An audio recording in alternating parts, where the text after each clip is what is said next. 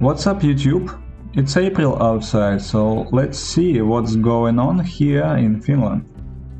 April is the second month of spring, but you wouldn't notice any sign of spring right now. It's cold and snow covers everything. My Finnish language course is progressing and we had a task that might be interesting for you. We were required to visit a local library and pick a book of our choice. I think it's pretty interesting topic, so let's talk about the Finnish library system today. Let's get started!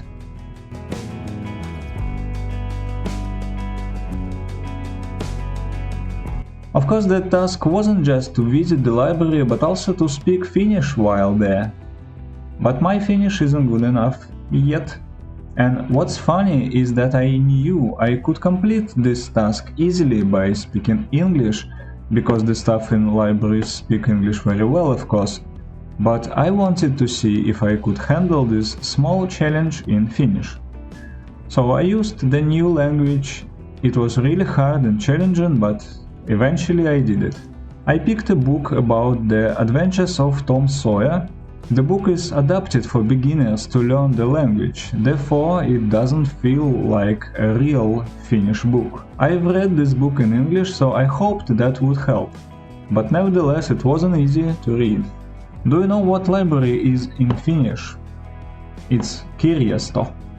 I wanted to show you the library itself, but of course it is not comfortable to film in the library when the working day is in progress. That's why I asked to be allowed to use self-service when all workers leave. So let's visit the official library website first. The address is vaara.finna.fi. And here you can see that it is open from 7 AM to 9 PM. But in the morning and at the end of the day, it is self-service time. It means, of course, that there is no staff present, but I can use all the library services by myself. Let's check it out. I have an access key card here, and there is an access panel near the library door.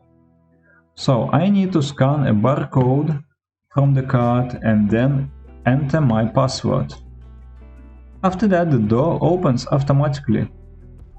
Oh, if I hadn't been a programmer, I would have been amazed. Inside the library, there are bookshelves, computers, and many more interesting things. For instance, I can borrow a board game or a volleyball net and a ball. There are also adapted books in Finnish. Among other things, there is a bookshelf with books that interest me.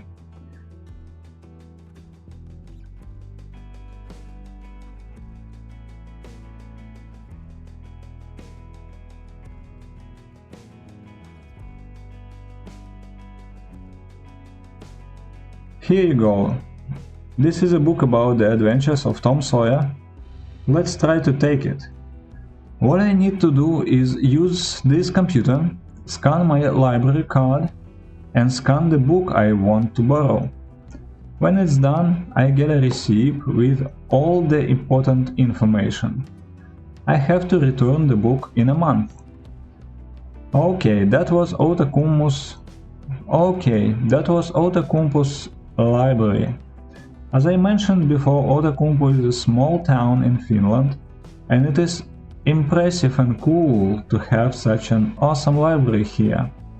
By the way, if you want to look at the central library in Helsinki, there is an amazing video by Kate. I will leave a link in the comments section. Check it out. Now it is time to get back to our programming stuff. I started talking about design patterns in a playlist dedicated to OOP, and the very first video in that series is about the factory method pattern on my YouTube channel, so please check it out. Software design patterns refer to reusable proven solutions to specific programming problems.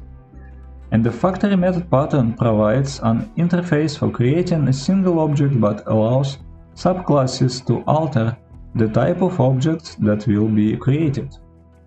The thing is that we can create multiple subclasses that implement different behaviors according to some circumstances. In this video I show how we can respond to different messages from a Telegram server. Supposing we have a Telegram bot and we send a message to the bot. This bot can send a webhook to our backend server and ask for some action.